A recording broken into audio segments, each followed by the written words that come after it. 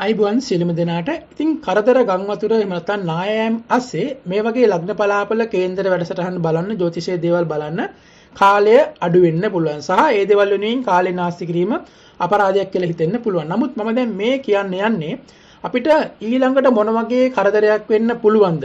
ඒක ඇත්තටම බලපාන විදිහ සහ එතකොට ඔයාලා එකකින් පරිස්සම් වෙන්න මොන වගේ දේවල්ද කරන්න ඕනේ කියලා. ඉතින් අපි කලින් වීඩියෝස් දැම්ම මතක ඇති මම ඊයේත් වීඩියෝ එකක් දැම්මා. ඔක්තෝබර් මාසේ 19 ඉඳලා ඉස්සරහට මොන වගේ දේවල් වෙන්න පුළුවන්ද? එතකොට ඒ කාල සීමාවේ කරදර වෙනවා. ඉතින් නමුත් ඒ වගේ දේවල් ගොඩක් අය බැලුවේ නැහැ. ඉතින් නමුත් බැලුවේ නැති වුණාට මේ බලන ටික දෙනාට හරි මේක මම පැහැදිලි කරන්න යන්නේ. ඉතින් ගොඩක් කෙටි වීඩියෝ එකක් විතර තමයි සඳහන් කරන්නේ. හැබැයි කෙටි වුණාට ඔයාලට මොකද්ද වෙන්නේ? කොහොමද එකෙන් පරිස්සම් වෙන්නේ කියලා මගේ පෙන්වීමක් කිරීම තමයි අපේ යුතුයකම වෙලා තියෙන්නේ. හරි එහෙනම් අපි ඉක්මනින්ම පටන් ගමු වැඩේ. ඉතින් මේකට හේතුව තමයි මේ සිකුරු කියන ග්‍රහයා අස්ත වීම. සිකුරු අස්ත වෙනවා කියලා කියන්නේ මම කෙටියෙන් පැහැදිලි කිරීමක් කරලා ඉන්නම්. ඉතින් සිකුරු අස්ත වෙනවා කියලා කියන්නේ සිකුරු කියන ග්‍රහයා සූර්යයා ළඟට දැන් අපි දන්නවා ඉර තියෙනවා. මේ සූර්යයා තියෙනවා. ඉතින් මේ සූර්යයා ළඟට ගොඩක් ලං වෙන එක තමයි සිකුරු කියන ග්‍රහයා ලං වුණාම තමයි අපි අස්ත වෙනවා කියලා කියන්නේ. අස්ත වෙනවා කියලා කියේකේ තේරුම තමයි අලු වෙනවා කියන අදහස. මේක අපි දැන් කරන්නේ ලග්න පලාපලක විදිහට එහෙම නැත්නම් මේ ජ්‍යොතිෂයේ විදිහට ලෝකයට කොහොමද බලපාන්නේ, රටට කොහොමද බලපාන්නේ, මිනිසුන්ට බලපාන්නේ හැටි. මේක එතකොට ග්‍රහ මාරුවක් එහෙම නැත්නම් ලග්න පලාපලයක් වෙනවා. හැබැයි මේක සිකුරු කියන ග්‍රහය අස්ත වීම කෙනෙකුට තමන්ගේ ජීවිතයේ පෞද්ගලික බලපාන ආකාරය ටිකක් වෙනස්. නමුත් මම දැන් කියන්නේ මේක අපි එදිනදා ජීවිත රටාවත් එක්කද. මොකද මේ කාලේ ගම් වතුර කරදර මිනිසුන්ට ඉන්න හිටින්න තැන් නැහැ, කන්න බොන්න දේවල් නැහැ. එතකොට ඊළඟට මොන වගේ දෙයක් වෙන්න පුළුවන්ද? ඒකෙන් ආරක්ෂක මොකද මේකෙන් ටක් ගාලා කොහොම හරි කමන්නේ ගිල්ල ගොඩ ගිහිල්ලා ආයෙ සතියක් දෙකක් යනකොට ඒ කියන්නේ මේක සිද්ධ වෙන කාල සීමාව දැන් මේ කාලේ අපි බැලුවොත් එහෙම සිකුරු අස්ත වෙන කාල සීමාව නොවැම්බර් මාසේ 26 ඉඳලා පෙබරවාරි මාසේ 17 කියලා තමයි සඳහන් වෙලා තියෙන්නේ. එතකොට පෙබරවාරි මාසේ 17 වෙනකම් නොවැම්බර් මාසේ 26 ඉඳලා මේ ජ්‍යොතිෂීය ක්‍රමය අනුව සිකුරු කියන ග්‍රහය අස්ත වෙනවා. නමුත් මම මේක හොඳින් පරීක්ෂා කරලා බැලුවට පස්සේ මම එතෙන්දී යම්කිසි කාල සීමාවක් වෙනම වෙන් කරලා ගත්තා. මෙන්න මේ කාලේ තමයි එතකොට මේක මිනිස්සුන්ට ගොඩක්ම කරදර වෙන්නේ නැත්නම් ලෝකයට බලපාන්නේ දෙසැම්බර් මාසේ 20 ඉඳලා. දෙසැම්බර් මාසේ 20 ඉඳලා හොඳින් අහගන්න මොකද කෙටි වීඩියෝ එකක්. දෙසැම්බර් මාසේ 20 ඉඳලා ජනවාරි මාසේ 12 කියන කාල සීමාව වෙනකම්. එතකොට මෙන්න මේ දෙසැම්බර් 20ත් ජනවාරි 12ත් හරියට අපි හිතුවොත් දවස් 45ක් කියලා මාසෙකමාරක් කියලා හිතමු. මෙන්න මේ මාසෙකමාර ඇතුළත සිකුරු කියන ග්‍රහයා සම්පූර්ණයෙන්ම අස්ත වෙනවා. සම්පූර්ණයෙන්ම අස්ත වෙනවා කියලා කියන්නේ සූර්යයාට ගොඩක්ම ආසන්න වෙලා තමයි ගමන් කරන්නේ. එතකොට මේ සිකුරු නිරූපණය කරන දේවල් දැන් මේ සිදුවීම සිද්ධ වෙන්නේ ධනු කියන රාශියට සම්බන්ධ වෙලා. ඉතින් ධනු රාශිය මම පෙන්නන්නම් ඔයාලට මෙන්න මේ 9 වෙනි රාශියනේ ධනු රාශිය කියලා කියන්නේ. ඒතර ධනු රාශිය කියලා කියන්නේ බ්‍රහස්පතිගේ තැනක්. හැබැයි මේක අපි හඳුන්වන්නේ ගින්දර සම්බන්ධ ස්ථානයක්. එහෙම නැත්නම් මෙතනදී අපි බැලුවොත් මේක ගින්න සම්බන්ධ. මෙතන 1 5 9 කියන ස්ථාන තුන අපිට ගොඩක් දක්වන්න පුළුවන් ත්‍රිකෝණ ස්ථාන තමයි හොඳ ස්ථාන තමයි. නමුත් මේ ස්ථානයට ගියාට පස්සේ සිකුරු කියන ග්‍රහය මෙතෙන්ට අස්ත වුණාම මේ සිකුරු කියන ග්‍රහය නිරූපණය කරන දේවල් ගොඩක් අපිට බලපානවා. මෙන්න මේ හින්දා විශේෂයෙන්ම සැලකිලිමත් වෙන්න ඕන. ගෙවල්, යාන වාහන විශේෂයෙන්ම වාහන, ඇඳුම් කඩවල්. ඇඳුම් කඩවල් කියලා කියන්නේ අපි දන්නවා රෙදි ෂොප්. ඒතකොට රෙදි ෂොප් එකේ ගොඩක් ඇඳුම් පැළඳුම් තියෙන ස්ථාන. ඇඳුම් කඩවල් වෙන්න පුළුවන්, ගෙදර ඇඳුම් ගොඩ ගහලා අල්මාරි රාක්කි වෙන්න පුළුවන්, ගෙවල් ඇතුලේ වෙන්න පුළුවන්. එතකොට මිල මුදල් ගබඩා කරලා තියෙන තැන්, සල්ලි ගබඩා කරලා තියෙන තැන් බැලුවොත් එම බැංකුව. එතකොට බැංකුව වෙන්න පුළුවන්, ඒක මහා බැංකුව වෙන්න පුළුවන්, නැත්නම් සාමාන්‍ය බැංකුව වෙන්න පුළුවන්. කොහේ හරි මිල මුදල් ගොඩ ගහලා තියෙනවා. සමහරක් අය මුදල් හංගලා තියෙනවා. මෙට්ටාස්සේ, කොට්ටාස්සේ. එතකොට ඒ වගේ රෙදි ගොඩවල් ඇස්සේ හංගලා තියෙනවා.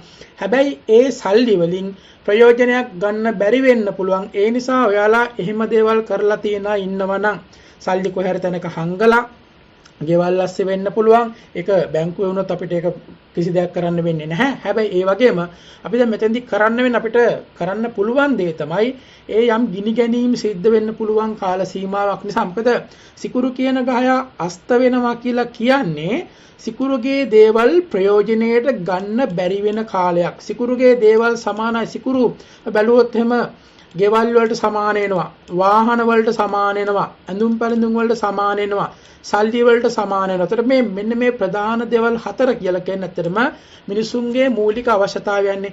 මිනිසුන්ගේ මූලික අවශ්‍යතාවයන් සහිත දේවල් ඒතර ඒ කාලේ ප්‍රයෝජන ගන්න බෑ කියලා කියන්නේ අපිට දැක ගන්න වෙනවා.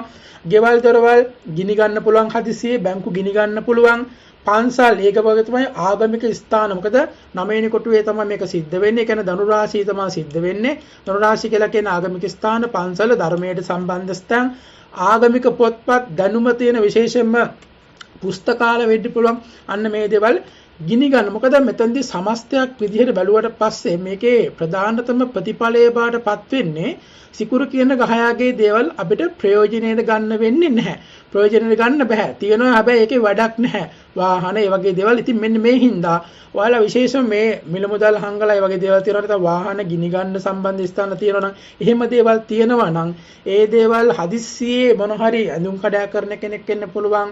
ඒ වගේ තැනක ඔයාලා සේෆ්ටි පර්පස් එක නැත්නම් අපි කියන එක ආරක්ෂා වෙන්න මොකද හදිස්සි ගින්නක් ඒ වගේ දෙයක් ආවොත් එහෙම එකකින් බේරෙන්න ඒකට අදාළ සුදුසු දේවල් ලෑස්ති කරලා තියාගන්න. ඉතින් ගින්දර සම්බන්ධ දේවල් ගැන ගොඩක් අපිට බලාපොරොත්තු වෙනවා. හදිසි ගිනි ගැනීම සහ ඒ නිසා ඒ වටිනා කියන දේවල් අර මම වගේ ප්‍රධාන වශයෙන්ම ඇඳුම්, සල්ලි, ගෙවල්, වාහන කියන දේවල් වලට අධික හානි සිද්ධ වෙන්න පුළුවන්. ඉතින් චූටි දේවල් නෙවෙයි මම මේ කියන්නේ. මිලියන ගණන්, බිලියන ගණන් තියෙන ස්ථාන වෙන්න පුළුවන්. ඒ වගේ සල්ලි ඒ වගේ ගබඩා කරලා තියෙන තැන්. එතකොට ඒ හින්දා වාහන යාඩ් වෙන්න පුළුවන්. අන්න ඒ වගේ මහා පරිමාණ තැන් ගිනි ගැනීමට ලක් වෙන්න පුළුවන්. අති විශාල මුදලක් එතෙන්දී නැති වෙන්න පුළුවන්, නාස්ති වෙන්න පුළුවන්. කාන්තාවන්ටත් මේක ගොඩක්ම බලපානවා ගිනි ගැනීම තියෙන හින්දා සිකුරුගේ දේවල් නිසා. ඉතින් මේ හින්දා මේක මම මතක් කිරීමක් කරන්න ආවේ.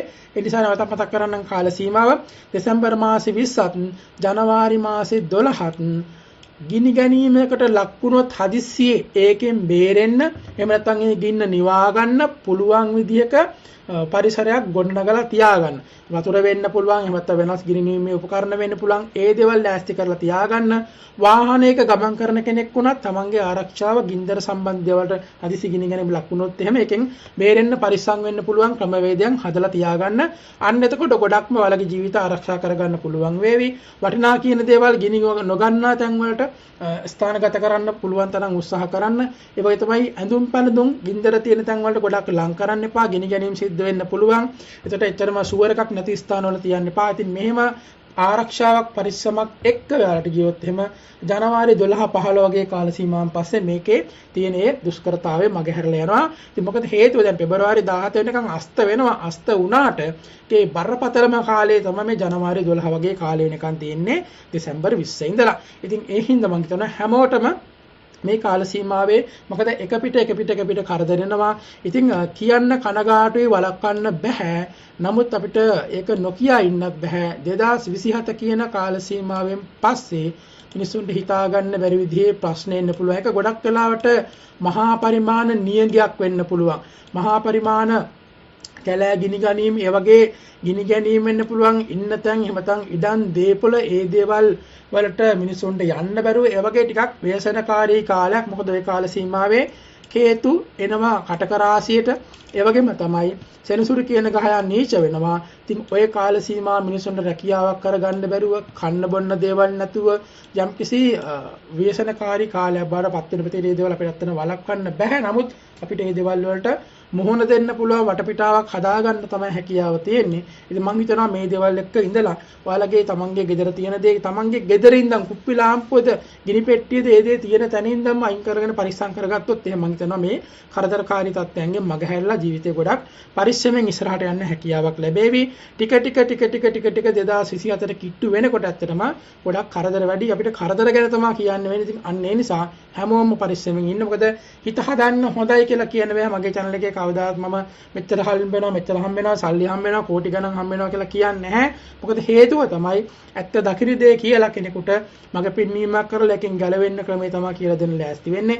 එහෙනම් හැමෝටම පරිස්සමින් ඉන්න. ජය වේවා. channel එකත් එක්ක ඉන්න අය මගේ channel එක subscribe කරලා තියාගන්න. මගේ අනිත් channel එකෙත් මේක මම දානවා. ඒකත් කැමති අය subscribe කරලා තියාගන්න. හැමෝටම ජය වේවා.